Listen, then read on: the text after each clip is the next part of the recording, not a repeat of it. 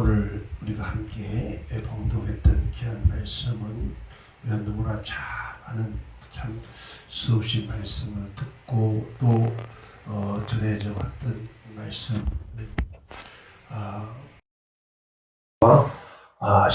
바울과 신라였습니다. 바울 사도가 빌립보 지역에서 복음을 전하다가 귀신 들린 점치는 여인을 그 점치지 못해 귀신이 따라게 만들었습니다. 그랬더니 그 점치게 하는 주인이 있었다 했습니다. 그러니까 무당의 주인, 그가 아마 어떤 집의 여종이었다고 봅니다. 여종이 아마 만신이 들어서 무당 점치는 귀신이 들어가서 그가 점집에서 돈을 보낸다고 봅니다. 그래서 아마 종들이 보는 모든 것은 다 주인의 것인데 그 사람을 통해서 수익이 창출되고 부유해지는데 그 점을 못 치게 만들었으니까 얼마나 아마 그 사람은 분했을까요? 그래서 바울과 실라에게 사실 누명을 씌운 거나 마찬가지죠.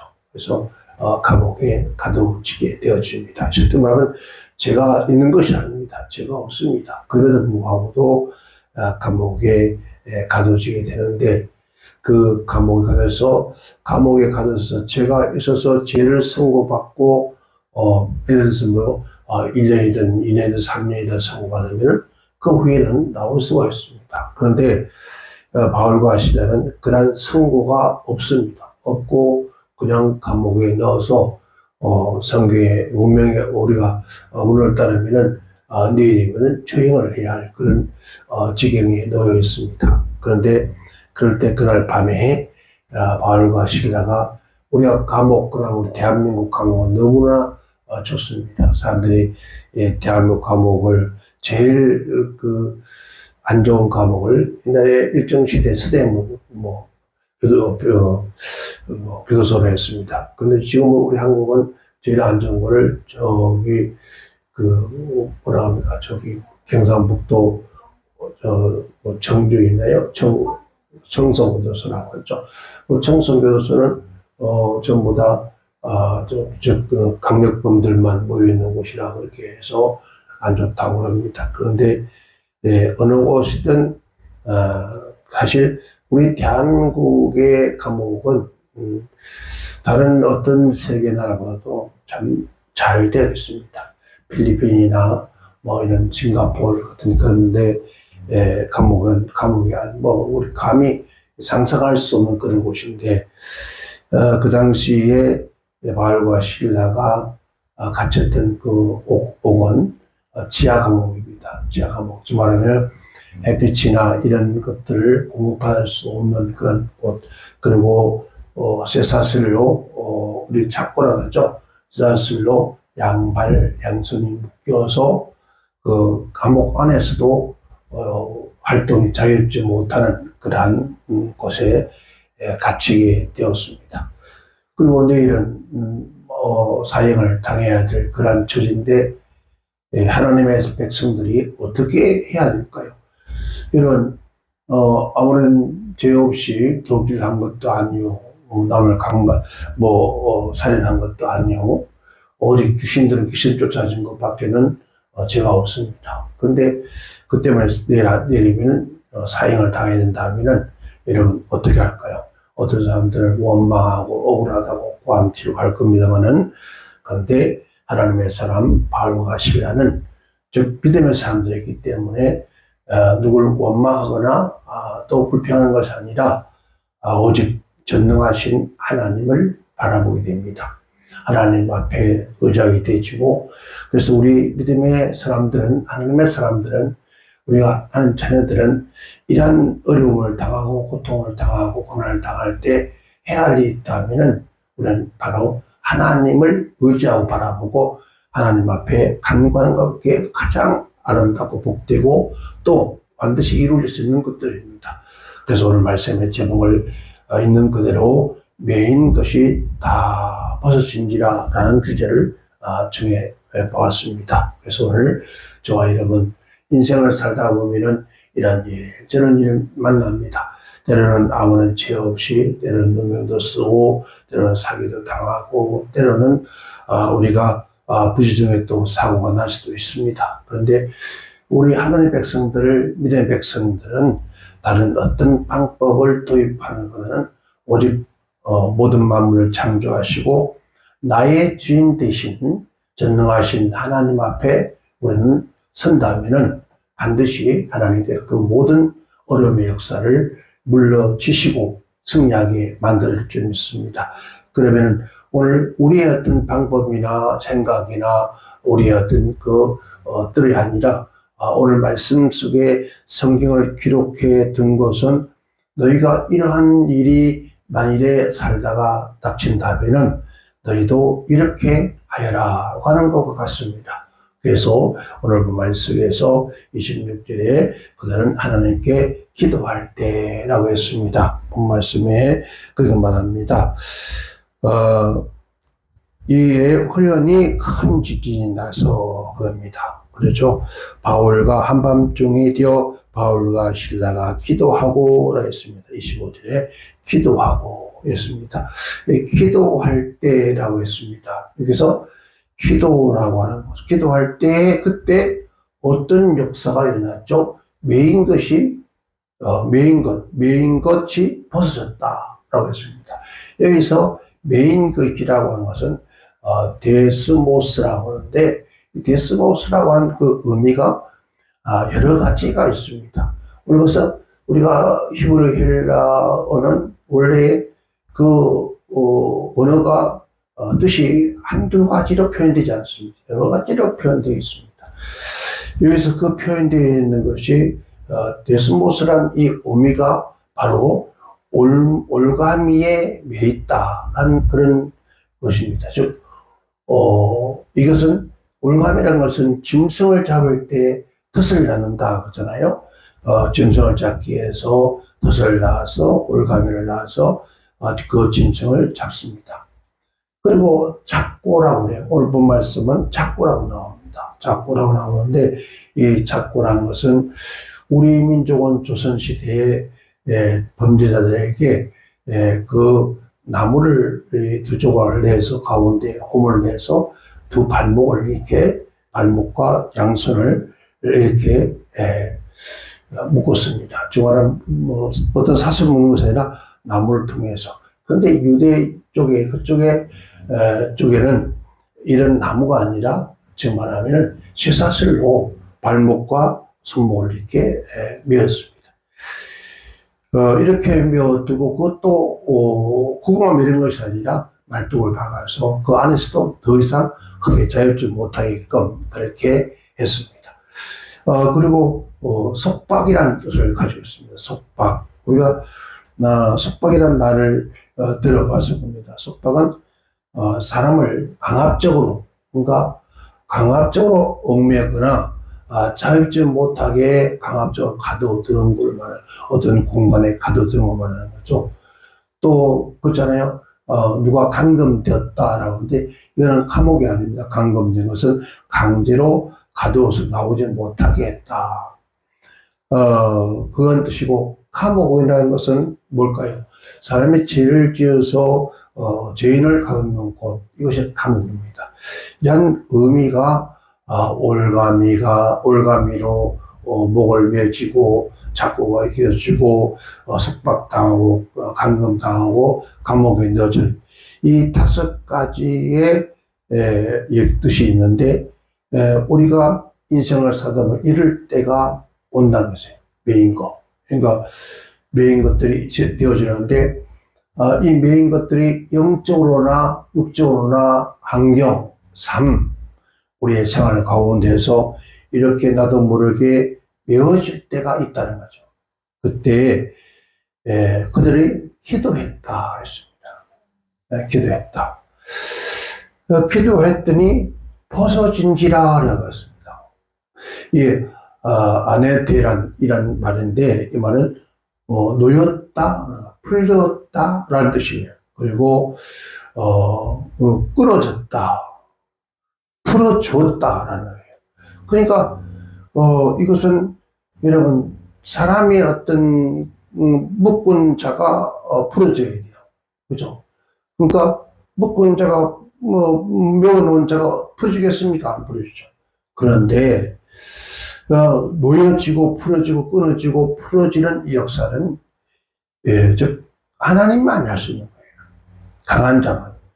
만약에 이 귀신들 점치는 여자의 주인이 그들을 감옥에 넣었다면, 감금했다면은 그보다 더 높은 만약에 장관이나 대통령이 그 사람 지엄선 풀어줘라.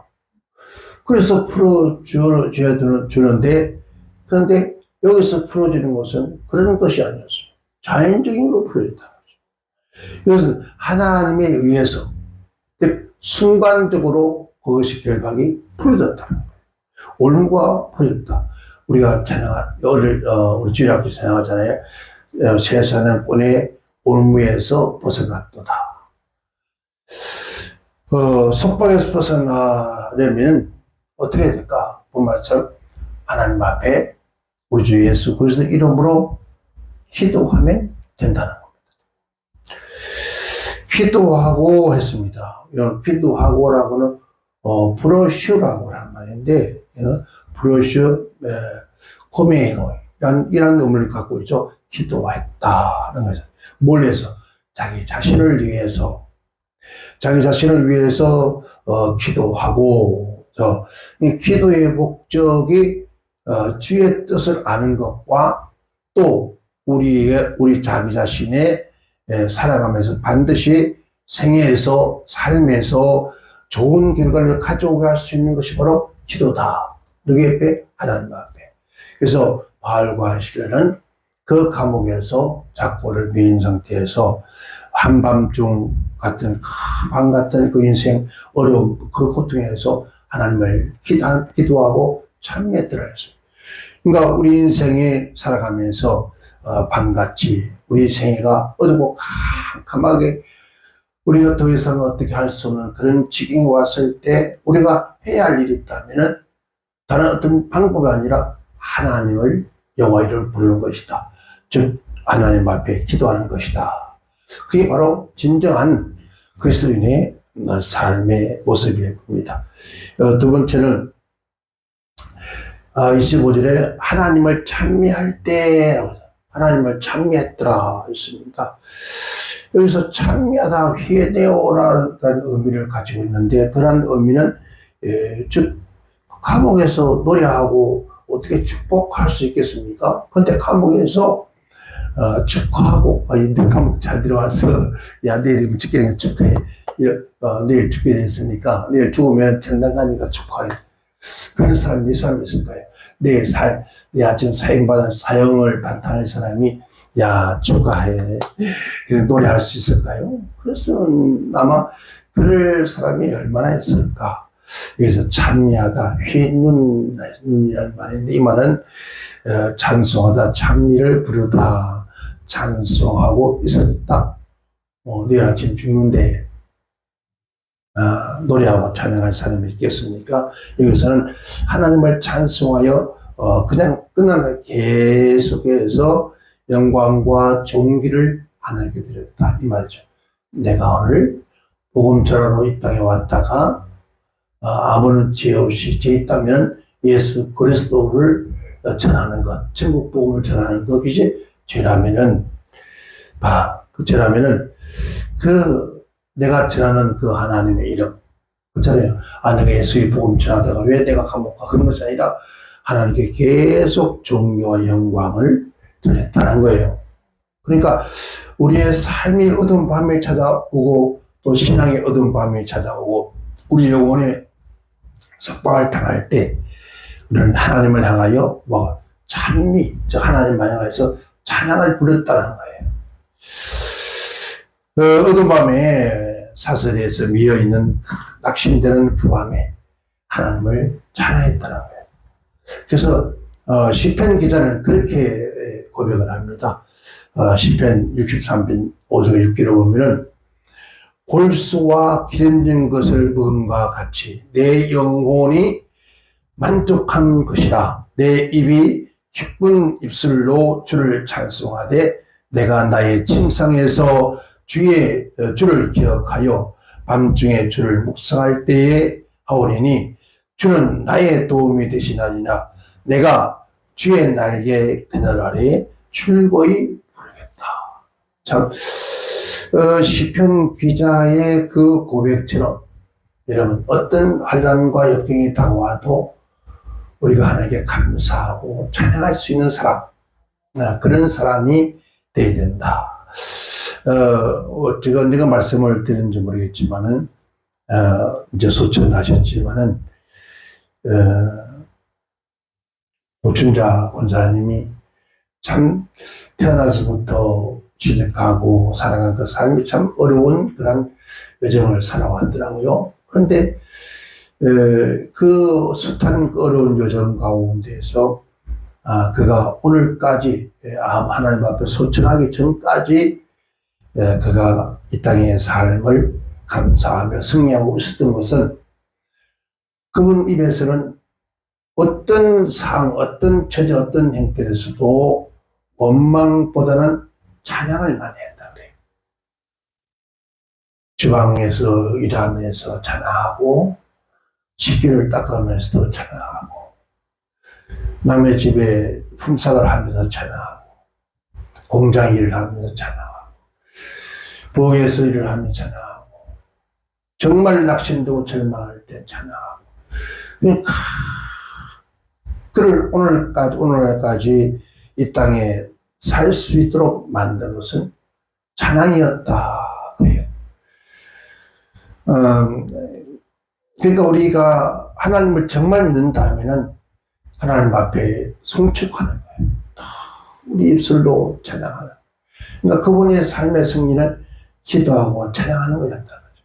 그러면 오늘 본 말씀에서 바울과 실라가 그렇게 기도하고 찬양한 것처럼 이분도 인생의 어두운 밤이 오고 외롭고 힘든 그런 날이 오면은 생각해보세요. 혼자서 8 자녀를 키웠으니 얼마나 힘들고. 근데 그 가운데서 자그마치 4명이 주의 종으로 기름 부은 주의 종으로 하나님 앞에 바쳐지는 그런 영광은 뭐였을 까요? 그가 하나님 앞에 기도가 찬양한 때. 오늘 우리가 이 세상 살아가면서 이런 어두운 밤이 올 때에 우리 또한 기도하고 찬양하는 것밖에는 없다는 겁니다. 기도하고 찬양했더니 벗긴 것이 뭐였습니까?